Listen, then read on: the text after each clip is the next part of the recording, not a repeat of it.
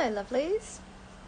I'm up by the pool today doing some work and it's very relaxing, very chilled, and so I thought I might do a live stream up here today. I hope that you can hear me because I, for some reason, don't seem to be able to make AirPods work very well as a microphone. So yeah, if you can't hear me, that's okay. We'll try this again inside later. But I wanted to jump on this week and do a few live streams because I used to do live streaming all the time and it's been quite a while since I did. So this week, I'm going to do a live stream Monday to Friday. Maybe not Thursday because I always take Thursdays off to go to the movies. We'll see. And we're just going to have a simpler business theme for whatever we talk about. So yeah, I'm working up here today and look how nice the weather is. Can you see behind me? Very, very lovely. And that's actually one of the things I want to talk about today.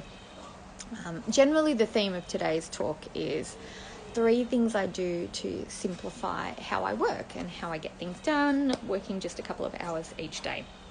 So yeah, it's nothing fancy. It's nothing you need expensive tools for or special skills for.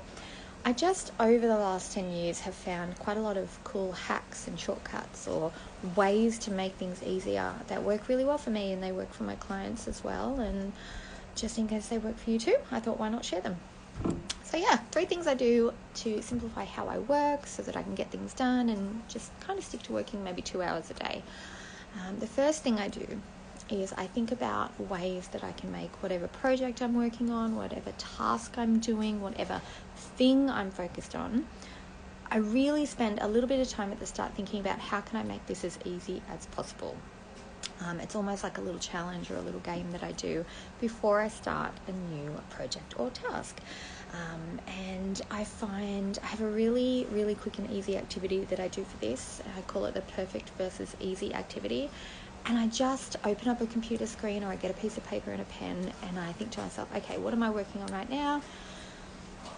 In a perfect world, what would this look like? And then I think to myself, okay, what could get in the way of this going well? And then I look at ways to make it as easy as possible. And I'm basically just brain dumping. What is it that I'm going to be working on? Ideally, how do I want it to turn out? And how do I make it easy? So yeah, one of the things I like to do is obviously I like to use templates. I like to start with the easiest format and then flesh out things from there. So I'm a big fan of writing with bullet points to start off with so I can just get my points out onto paper. I've been known to publish bullet points in articles before just because I needed to quickly get everything out, published, ready to go. It's still helpful content for people. It's not completely polished. I can go back and fix it later though if I need to. So yeah, as easy as possible. And then another way that I like to do that is I like to tell myself that if I have a project that I'm working on that I'm not feeling motivated to do, normally I say to people, look, if you're not feeling motivated to do something, it's usually a sign that you're not meant to be doing it yet. It's usually a sign that if you wait, you're going to feel more inspired later, or an idea is going to come to you later when you're chilling out or relaxing. So just wait for that moment. But sometimes we're on a deadline. Sometimes we've told a client we'll do something by a certain time. Sometimes we need to get things finished. So what I do then is I tell myself, okay, I'm not feeling it right now, so all I'm going to do is just commit 10 minutes to it. I'm going to sit down, put my timer on, work on it properly for 10 minutes, get as much done as I can in that 10 minutes, and then if I'm still not feeling it, I move on. That way I've at least got some work done towards my deadline. And what I find a lot of the time is because I've done that and I've given myself permission to stop after 10 minutes, then I get to the end of the 10 minutes and I've started to build momentum. Flow has started to kick in. I've had some good ideas, or I've started working on something and found it a lot easier and more enjoyable. And so often that 10 minutes then turns into a proper sit-down session where I'm working on that project or task.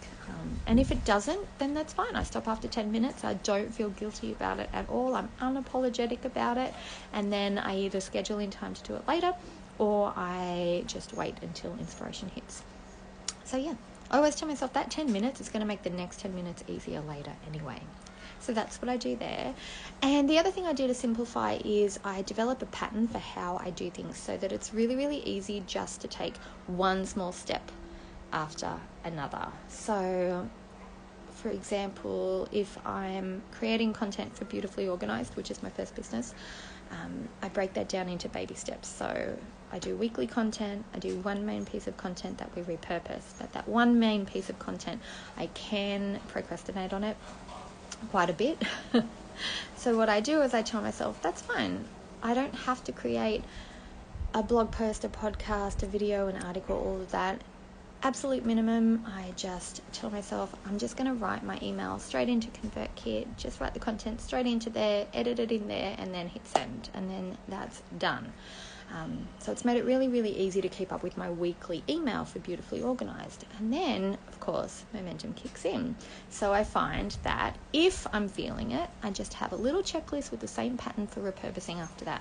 So if I've sent the email, immediately then I just copy and paste it straight from the email into my website as a blog post. And then I copy and paste straight from there, and I schedule one of those long power posts on Facebook to go out midweek in the evening, which is when a lot of the mums that follow that page are going to be online. So straight away I've done 3 things that are pretty easy. I pin the picture from the post.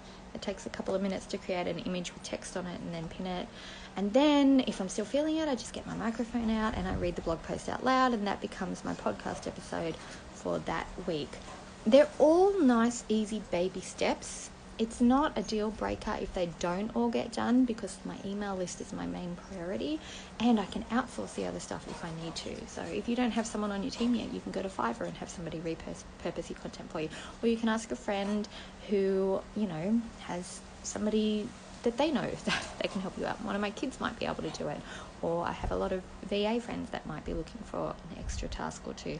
But I do generally find that I make things so easy that they don't take a lot of time and effort to do.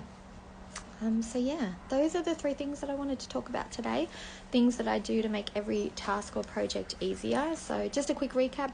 1, I do a bit of a brain dump and think, okay, well, if I need this to be perfect, what is it going to look like? What could possibly get in the way of that? And how can I make that as easy as possible? I find that kind of kicks my creative brain into gear. And then I just take all the super easy options and use those. I commit to 10 minutes if I'm procrastinating. I just tell myself 10 minutes, that's it. Work solidly for 10 minutes, set a timer. If you're not feeling it, move on. If you are feeling it, keep going.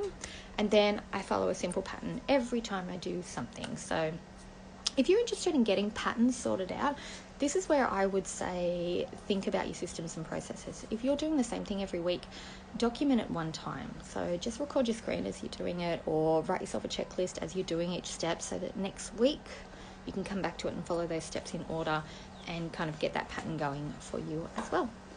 Okay, that's it. I feel like I'm rambling to myself, so I'm going to go. But if you do want to do a little more chatting with me this week, I will do a live stream every day. I'm not going to schedule them. I'm just going to go on when it feels good. They're not fancy, they're not flashy. I don't have nice hair and makeup. That's okay, because we're just going to talk about simplifying business, and we don't need to be flashy for that. So if you'd like to do that, then yeah, follow along.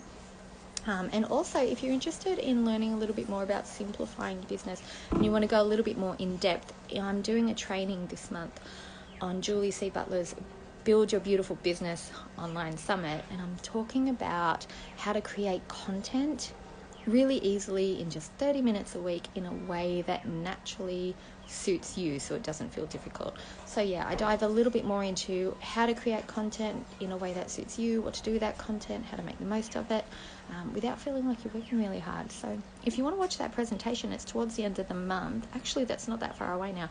You can go ahead and click on the link in my bio and get yourself a free ticket to that. You don't have to watch live, there'll be a recording. So yeah, it's nice and easy to access. And that's it. I'm going to go. I'll see you next time. I don't know how to turn this off, so we're going to have a little awkward moment, but yeah. Bye.